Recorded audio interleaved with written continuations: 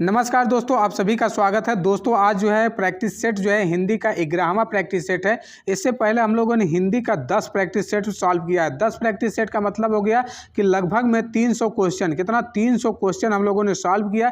300 क्वेश्चनों की अगर बात करें तो हर प्रैक्टिस सेट में जो है 10 क्वेश्चन है। 30 प्रैक्टिस सेट का मतलब है 300 क्वेश्चन।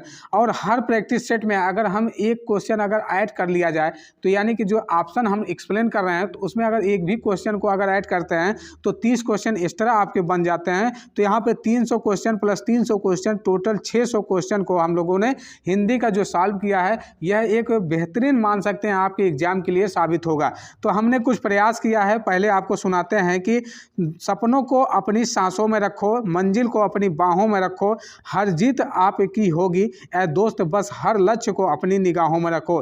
क्या है दोस्तों कि अपनी जो है कि सपनों को जो है अपने जो है सांसों में रखना है, कि मंजिल को अपनी बाहों में रखना है। साथ ही साथ दोस्तों जो है लक्ष्य जो आपका है उस लक्ष्य को आपको फिक्स करना है कि हमको अगर एग्जाम को क्रैक करना है तो क्रैक करना है। तो लक्ष्य को मानना नहीं है, उसको ठानना है। अगर मान लिए तो हार है, अगर ठान लिए तो जीत है। तो आइए स्टार्ट करते हैं। अपना पहला प्रश्न है कि पहला है कि हिंदी का कि गद्य शिक्षण में काठिन्य निवारण किया जा सकता है।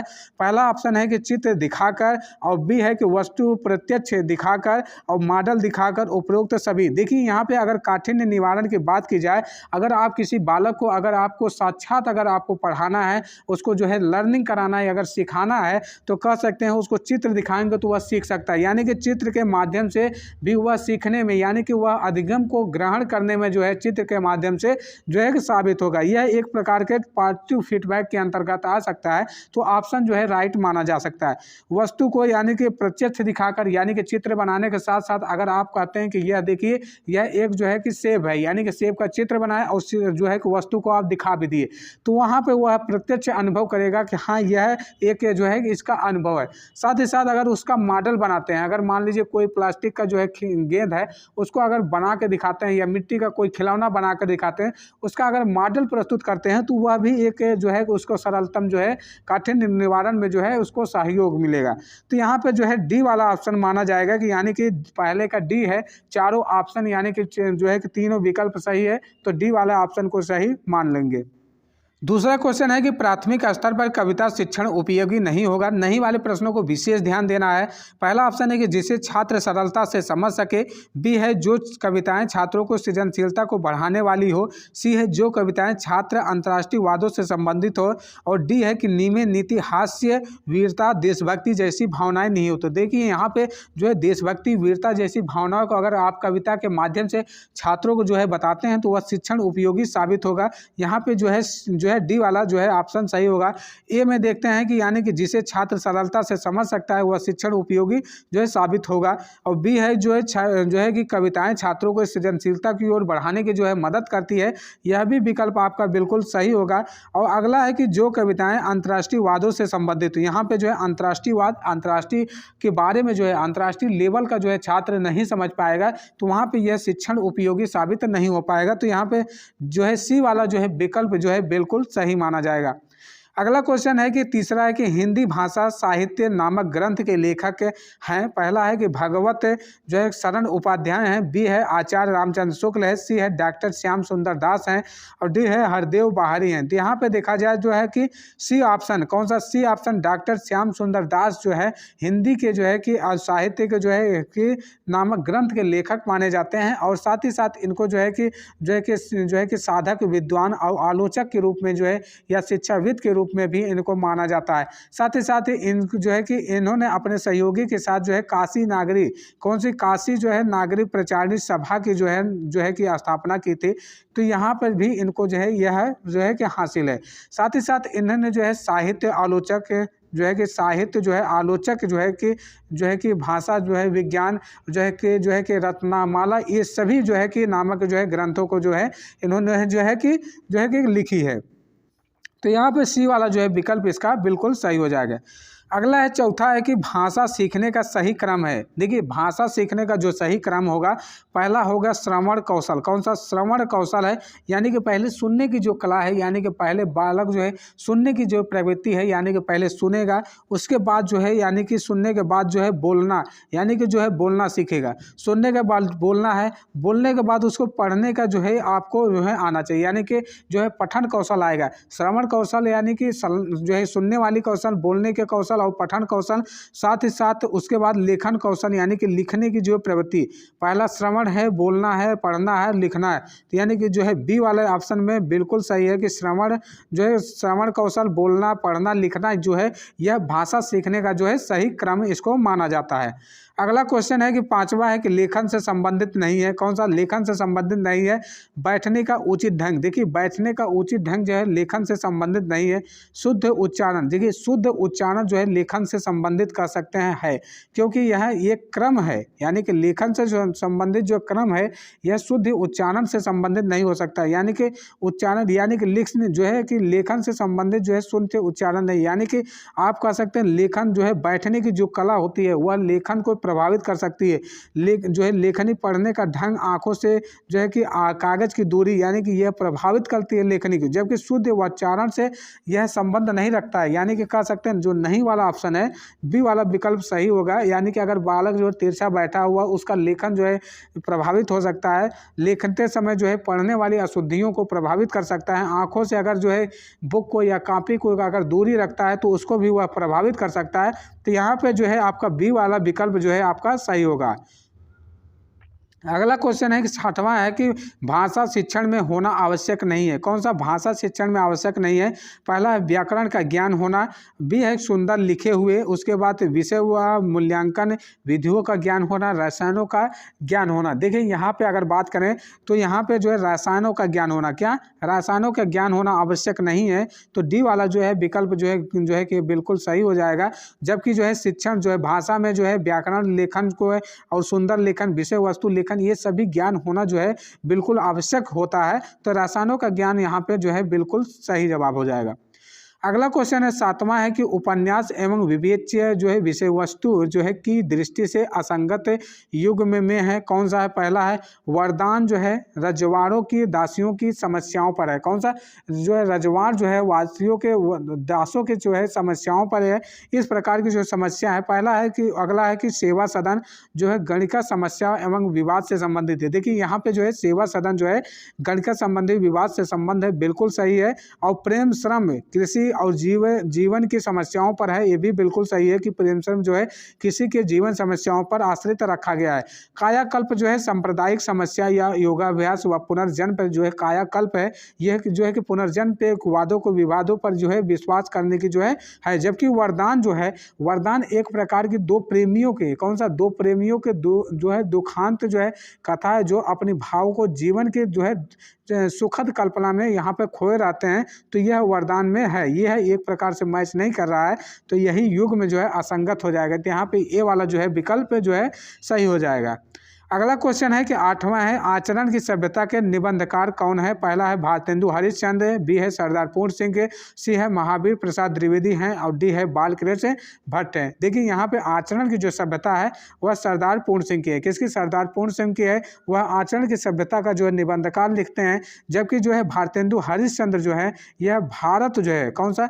भारत वर्षोन्नति लिखते हैं। कौन सा? वर्षोन्नति जो है कि भारत लिखते हैं। यह भारत कैसा हो सकता है, इस प्रकार की जो है भारतेंदु हरिश्चंद्र लिखते हैं। यहाँ पे 8वां का जो है बी वाला विकल्प जो है बिल्कुल सही होगा।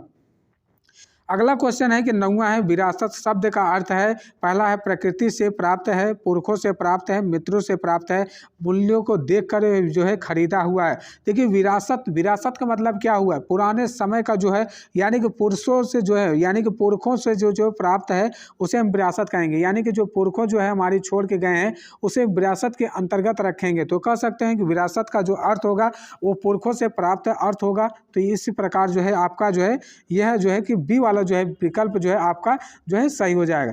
जबकि मूल्य को खरीदना यानी कि मूल्य को देखकर खरीदना यानी कि भाव को जो है प्रकट करना जो है इसका जो है कि अर्थ हो जाएगा। यह जो है एक प्रकार का जो है इससे जो है मैचिंग नहीं खाएगा। तो अगला क्वेश्चन है कि 10वां है कि निर्बल शब्द का विलोम है। पहला है सुदृढ़ है, सबल है, बाहुबली है, सुमुन्मुख। कौन है? समुन्मुख है। तो ये निर्बल का हो जाता है कौन सा? सबल। कौन सा? निर्बल का जो है सबल हो जाएगा। तो यहाँ पे 10वां का जो है बी वाला जो है बिल्कुल सही होगा। अगला है क्वेश्चन है कि हिंदी का प्रथम मौलिक उपन्यास किसे माना जाता है? कौन सा? हिंदी का जो है प्रथम मौलिक उपन्यास है, ये है कि नूतन ब्रह्मचारी है, बी है कि तितली है, सी है त्यागपत्र है, डी है परीक्षा गुरु। देखिए यहाँ पर अगर बात करें तो जो है मौलिक उपन्यास जो है वह किसे माना जाता है? परीक्षा गुरु को माना जाता है। परीक्षा गुरु के जैसे कि इसको जो है कि एक प्रकार से जो यह उपन्यास है, एक प्रकार से कह सकते हैं कि जो वास्तविक जो है कहानी साहित्य जो है इसके अंतर्गत जो है माना जाता है। तो इस उपन्यास में जो है कि श्रीनिवास जो है दास से जो है इस जो है परीक्षा गुरु का उल्लेख किए हैं, यानी कि अपने जो है ऐतिहासिक दृष्टि से इन्होंने माना है कि जो है श्रीनिवास, कौन? श्रीनिवास जो है इन्होंने माना है कि यह एक प्रकार से जो परीक्षा है यह जो है कि पहला उपन्यास हिंदी का मान सकते हैं। जबकि जो है कि प्रेमचंद्र जो है कौन से? प्रेमचंद्र को जो है वास्तविक उपन्यास की जो है कह सकते हैं प्रथम जो है कि उपन्यासकार कर सकते हैं, वास्तविक उपन्यास। और जो मौलिक उपन्यास है वह परीक्षा गुरु और श्री जो है कि श्रीनिवास इनको कहा जाता है। 12वां क्वेश्चन है कि तद्भव पत्रिका कहाँ से प्रकाशित होती है? पहला है कि बनारस है, दिल्ली है, लखनऊ है, जबलपुर है। देखिए तद्भव पत्रिका कहाँ से प्रकाशित होती है? लखनऊ से। किसके द्वारा है संपादन है? यह अखिलेश के द्वारा। कौन सा? अखिलेश के द्वारा जो है इसका संपादन किया गया है। यह एक प्रकार की जो है मासिक पत्रिका है। कौन सी मासिक पत्रिका है? जो है तद्भव पत्रिका कहाँ से? लखनऊ से। जबकि बनारस से जो है सुधाकर पत्रिका है। कौन सा? सुधाकर है। या बनारस से जो है अखबार है, इसको जो है काशी से प्रकाशित होती है, वह बनारस से कह सकते हैं, काशी से जो है प्रकाशित होने वाली जो है पत्रिका के तौर पर लिखा जाता है। अगला क्वेश्चन है 13वां है कि या लुटिया अरु कामरिया पर राजे तिहु पुर को तज डारो, किसकी पंक्ति है? यह पंक्ति जो है पहला है सूरदास है, नंददास है, रसखान है, मीराबाई है। यहाँ पे अगर देखा जाए तो यह पंक्ति जो है रसखान की पंक्ति है। या लुटिया अरु कामरिया पर राज तिहुपुर को ताजी डारो जो है यह पंक्ति एक प्रकार से जो है कि कह सकते हैं कि एक संप्रदान जो है निरपेक्ष कवि रसखान के अंतर्गत इसको जो है मान सकते हैं। तो 13वां का जो है सी वाला जो है बिल्कुल सही है। अगला क्वेश्चन है तद्भव शब्द कौन सा है? कौन सा तद्भव शब्द का चुनाव करना है? पहला अंधेरा है, प्रकाश है, रात्रि है, चंद्र है। देखिए तद्भव शब्द जो है एक प्रकार से जो है अंधेरा शब्द है। इसका जो है तत्सम शब्द होता है वह अंधकार होता है। कौन सा? अंधकार जो है तत्सम के अंतर्गत आता है। जबकि रात्रि जो है यह एक तत्सम शब्द है, जबकि इसको तद्भव में रात लिखते हैं। कौन सा? रात लिखते हैं। चंद्र का जो है चंद्र एक है, इसको चाँद लिखते हैं। कौन सा? चाँद लिखते हैं। चाँद जो है ये एक प्रकार से तद्भव के अंतर्गत आता है और चंद्र जो है एक प्रकार से तत्सम के अंतर्गत आता है। रात्रि तत्सम के अंतर्गत आएगा, तो यहाँ पे आपका रात जो है तद्भव हो जाएगा। तो यहाँ पे जो विकल्प में दिया है अंधेरा जो है तद्भव में सिर्फ दिया है, बाकी के जो है तत्सम के अंतर्गत दिया है। अगला क्वेश्चन है कि 15वां है कि आंख एक नई कजरौता 10 है। लोकोक्ति का अर्थ क्या हो गया? ये व्यर्थ है, आडंबर है, आंख में काजल जो है लगाना है, आंख की देखभाल करना है, लाइलाज बीमारी। देखिए आंख जो है एक नई कजरौता है, यह व्यर्थ आडंबर। कौन सा? व्यर्थ आडंबर हो जाएगा। यहाँ पे जो है कि 15 का जो विकल्प होगा वह व्यर्थ आडंबर के अंतर्गत आ जाएगा। अगला क्वेश्चन है 16वां है कि निम्न में से पुल्लिंग शब्द कौन सा? देखिए पुल्लिंग शब्द को आप ध्यान में रखिए। रात कौन सा? रात एक प्रकार से होती है। कौन सा? स्त्री लिंग के अंतर्गत बात होती है और गीत जो है गाया जाता है, यह प्रकार से जो है कि पुल्लिंग के अंतर्गत आएगा। मात उसने दी, यानी कि जो है स्त्रीलिंग के अंतर्गत है। ये स्त्रीलिंग के अंतर्गत आएगा। जो है सी वाला जो है विकल्प पुल्लिंग के अंतर्गत आएगा। गीत गाया जाता है तो पुल्लिंग के अंतर्गत आ जाएगा। अगला क्वेश्चन है 17वां है कि राम ने सुरेश के साथ मित्रता का निर्वाह किया, इसमें जो है किस प्रकार की जो है भाववाचक संज्ञा है? कौन सा जो है भाववाचक संज्ञा है? राम है या सुरेश है या निर्वाह है या मित्रता है? देखिए यहाँ पे जो है निर्वाह शब्द, यानी कि राम ने सुरेश के साथ मित्रता का निर्वाह किया। निर्वाह एक प्रकार का जो है भाववाचक संज्ञा के अंतर्गत जाएगा। जो है निर्वाह करना यानी कि मित्रता की दृष्टि से जो है यह एक प्रकार से भाव का बोध के अंतर्गत आएगा। तो यहाँ भाववाचक संज्ञा इसको कह सकते हैं। अगला क्वेश्चन चले तो अगला है 18वां क्वेश्चन कि मेरा घर इसी शहर में है। कौन सा विशेषण है, यानी कि गुणवाचक विशेषण है या सार्वनामिक विशेषण है, संख्यावाचक विशेषण है, परिणाम बोधक विशेषण है। यानी कि मेरा घर, कौन सा मेरा घर एक प्रकार से जो है कि पुरुषवाचक या निजवाचक में कह सकते हैं कि संज्ञा या सर्वनाम को छोड़कर अन्य की विशेषता बताता है, तो वह वहाँ पर एक प्रकार से सर्वनामिक विशेषण हो जाएगा। यानी कि यहाँ पे जो संज्ञा है एक प्रकार से विशेषता जो है बतला रही है, किसकी, सर्वनामिक विशेषता की। यहाँ पे जो है कि मेरा की जो है विशेषता बतिया रही है, सर्वनामिक विशेषण के अंतर्गत इसको आएगा। किसका, जो है या संज्ञा सर्वनाम की विशेषता अगर बताए तो यहाँ पे सर्वनामिक विशेषण यानी पुरुषवाचक या निजवाचक को छोड़कर अन्य सर्वनाम की विशेषता अगर बताता है, कौन सा, अन्य सर्वनाम की, यानी सर्वनाम की विशेषता बचाए उसे सर्वनामिक विशेषण के अंतर्गत रखा जाएगा। तो 18 का जो है आपका जो है बी वाला विकल्प सही है। 19 से पिता ने समझाया कि सदा सत्य बोलना चाहिए, यह वाक्य उदाहरण है। देखिए पिता ने समझाया एक वाक्य है, सदा सत्य बोलना दूसरा वाक्य है। यहाँ पे सरल वाक्य है, बिल्कुल नहीं, इच्छावाचक वाक्य है, यहाँ के मिश्र वाक्य है, आज्ञावाचक वाक्य। यहाँ पे मिश्र वाक्य अंतर्गत आएगा। कौन सा, पिताजी ने एक बार क्या है समझाने की क्रिया की है, उसके बाद उन्होंने कहा ना कि सदा सत्य बोलना चाहिए, क्या, सदा सत्य बोलना चाहिए। तो यहाँ पे सी वाला जो है विकल्प आपका जो है बिल्कुल सही हो जाएगा। तो यहाँ पे बी वाला जो है कि सी आपका जो है विकल्प सही हो जाएगा। अगला क्वेश्चन है कि 20वां है कि कृतज्ञ किसका जो है संक्षिप्त रूप है। पहला है उपकार करने वाला, उपकार जो है कराने वाला, और सी है कि किए हुए उपकार को ना मानने वाला, डी है किए हुए उपकार को मानने वाला। कृतज्ञ जो है कृतज्ञ के अंतर्गत आ जाएगा किए हुए उपकार को मानने वाला। कौन सा, किए हुए उपकार को मानने वाला। अगर देखा जाए उपकार करने वाला जो होता है उपकारी होता है, कौन सा, उपकारी होता है। यह एक पॉइंट आपको नोट करना है, उपकारी जो है यानी कि उपकार जो है करने वाला, उपकार को ना करने वाला या ना मानने वाले को कह सकते हैं, उसको कह सकते हैं कृतघ्न, कृतघ्न कह सकते हैं, कृतघ्न के अंतर्गत आएगा। कृतज्ञ जो है उपकार किए हुए या उपकार को मानने वाले के अंतर्गत आ जाएगा। यहाँ पे 20वां का डी वाला विकल्प सही है। अगला 21 है शुद्ध वर्तनी का शब्द चयन कीजिए। देखिए श्रृंगार को कैसे लिखा जाता है, यहाँ पे श्रृंगार को ए वाले विकल्प में सही है और बाकी जो है विकल्प जो है गलत है। श्रृंगार को इसी तरह लिखा जाता है। अगला क्वेश्चन है कि 22 है कटहरा शब्द का तत्सम रूप क्या है। कटहल है, कड़वा है, काष्ठगृह है या कटफल है। कौन सा, जो है कटहर जो है कटहरा का जो है काष्ठगृह हो जाएगा। कौन सा, काष्ठगृह जो है लिखा जाएगा, जो है यह कटहरा का हो जाएगा। जबकि जो कटफल है इसको जो है कटहल लिखा जाता है। कौन, कटहल जो है कटहल के अंतर्गत इसको कष्टफल या कष्ट फल के अंतर्गत लिख सकते हैं, यानी कि जो है इसको लिख सकते हैं फल, कंठफल, यानी कि कटहल का जो है एक प्रकार से तत्सम रूप होता है। और जो है कि आपका इसके अंतर्गत जो है ये पॉइंट आपको नोट कर लेना है, जो है कटफल जो है कटहल का जो है तत्सम रूप के अंतर्गत आ रहा है और कटहल जो हो जाएगा यह तद्भव रूप हो जाएगा। तो कटहरा का जो है तत्सम रूप हो जाएगा काष्ठगृह और ये एक प्रकार का तद्भव रूप है। तो ये पॉइंट आपको क्लियर हो गए होंगे। अगले क्वेश्चन पे चले। अगला है हमारा जो है 23 है अत्याचार में शब्द में उपसर्ग कौन सा है। कौन सा, उपसर्ग, यानी उपसर्ग का मतलब हो गया शब्द के आगे लगने वाला उपसर्ग होता है। कौन सा, शब्द के किसी शब्द का जो है आगे लगा हुआ जो उपसर्ग होगा, पीछे लगा हुआ प्रत्यय होगा। कौन सा, पीछे प्रत्यय होगा, यानी कि उपसर्ग का मतलब हो गया अति धन उपसर्ग। कौन सा, अति धन जो है अत्याचार, अति यहाँ पे उपसर्ग हो जाएगा। तो यहाँ पे सी वाला जो है विकल्प जो है बिल्कुल सही होगा, अति धन अत्याचार यानी कि आचार। तो यहाँ पे जो है कि अति उपसर्ग के अंतर्गत आ जाएगा। अगला क्वेश्चन है कि 24 है कि निम्नलिखित पंक्तियों में से कौन सा अलंकार है। यहाँ पे बालधि, विशाल, विकराल, ज्वाल जो है जाल मानो और है लंक लीली लबय को काल रसना पसारी है।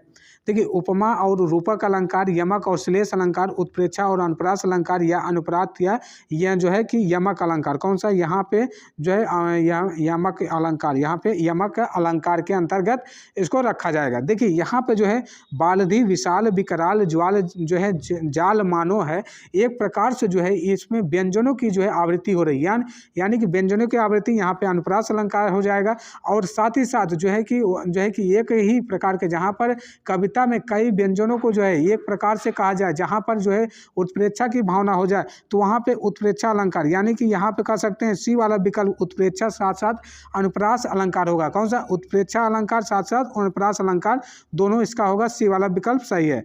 25 है कि रसों को उदित या उद्दीप्त करने वाली जो है सामग्री क्या कहलाती है। पहला है विभाव है, बी है अनुभाव है, सी है अस्थाई भाव है और डी है संचारी भाव है। देखिए यहाँ पे जो है रसों का जो है कि उद्दीप्त या उद्दीप्त करने वाली जो सामग्री होती है उसे विभाव के अंतर्गत लिखते हैं। कौन सा विभाव कहलाती है। विभाव में जो है एक होता है आलम्ब होता है, कौन सा एक आलम्बन होता है, दूसरा है उद्दीपन, कौन सा उद्दीपन जो है दूसरा होता है। यानी कि जिस वस्तु या व्यक्ति के कारण अस्थायी भाव जागृत होता है उसे आलम्ब या विभाव कहते हैं। यानी कि अस्थायी भाव को उद्दीप्त या तीव्र के अंतर्गत भी इसको जो है उद्दीपन के अंतर्गत इसको लिखा जाता है। तो यहाँ पे जो है उद्दीप्त जो है आपका विभाव जो है इसको जो है ए वाला जो है आपका सही हो जाएगा। अगला क्वेश्चन है कि 26 है कि जहाँ सुमित तहाँ संपत्ति नाना, जहाँ कुमति तहाँ विपत्ति निदाना। यानी कि जहाँ सुमति वहाँ संपत्ति नाना, जहाँ कुमति वहाँ विपत्ति नाना में कौन सा रस है।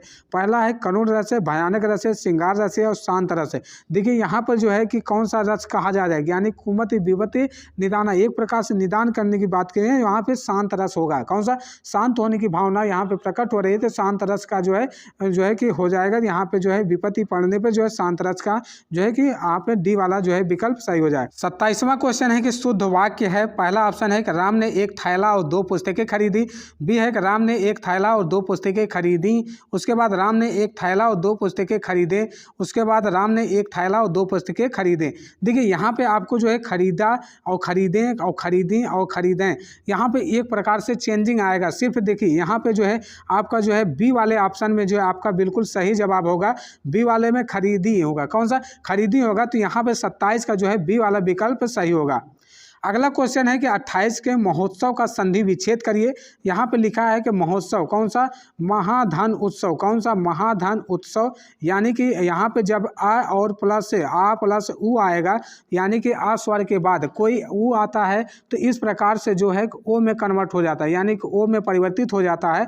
तो इसको गुण संधि के अंतर्गत लिखते हैं। कौन सा गुण संधि के अंतर्गत लिखते हैं। तो यहाँ पे जो है आपका गुण संधि होगा महाधन उत्सव। कौन सा महोत्सव का महाधन उत्सव। अगर और एग्जाम्पल अगर देखा जाए तो एक एग्जाम्पल महोदय भी होता है। इसका महोदय का हो जाएगा, कौन सा महोदय का महाधन उदय हो जाएगा। तो यहाँ पे इस प्रकार लिख सकते हैं, या तो लिख सकते हैं कि विद्योन्नति विद्याधन उन्नति। कौन सा विद्याधन उन्नति।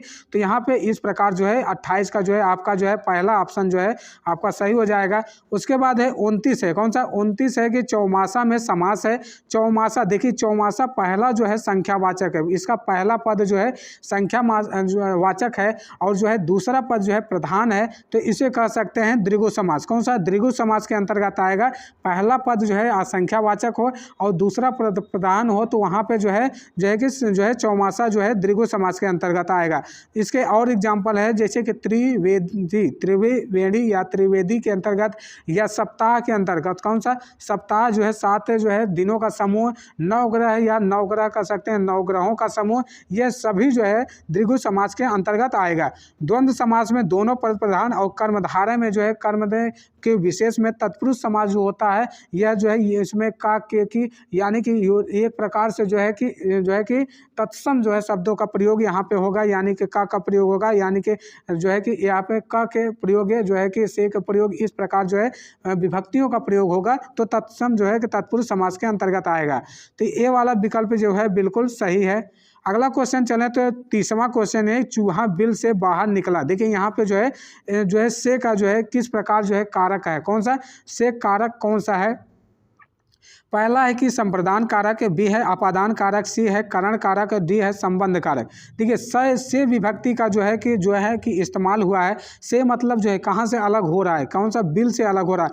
बिल से अलग होना यानी कि जो है कि अलग होने की जो कारक होता है वह अपादान कारक, किसी भी वस्तु से अलग होना या किसी भी बिल से अलग होना, किसी भी चीज़ से अलग होना, तो वहाँ पे अपादान कारक होगा। यानी कि छत से अगर कोई बालक कूदता है या छत से कुछ वस्तु गिराई जाती है तो वहाँ पर भी अपादान कारक होगा। मेज से कोई वस्तु गिरती है तो वहाँ पर भी अपादान कारक होगा, यानी कि मेज से अलग होने की बात की गई है तो यहाँ पे अपादान कारक होगा। कौन सा अपादान कारक के अंतर्गत आएगा। तो यानी कि 30वां का जो है बी वाला विकल्प सही होगा। तो उम्मीद है आपको 30 से क्वेश्चन जो है समझ में आया होगा। किसी प्रकार की अगर समस्या होती है आप जो है कमेंट करिए, तुरंत उसका रिप्लाई मिलेगा।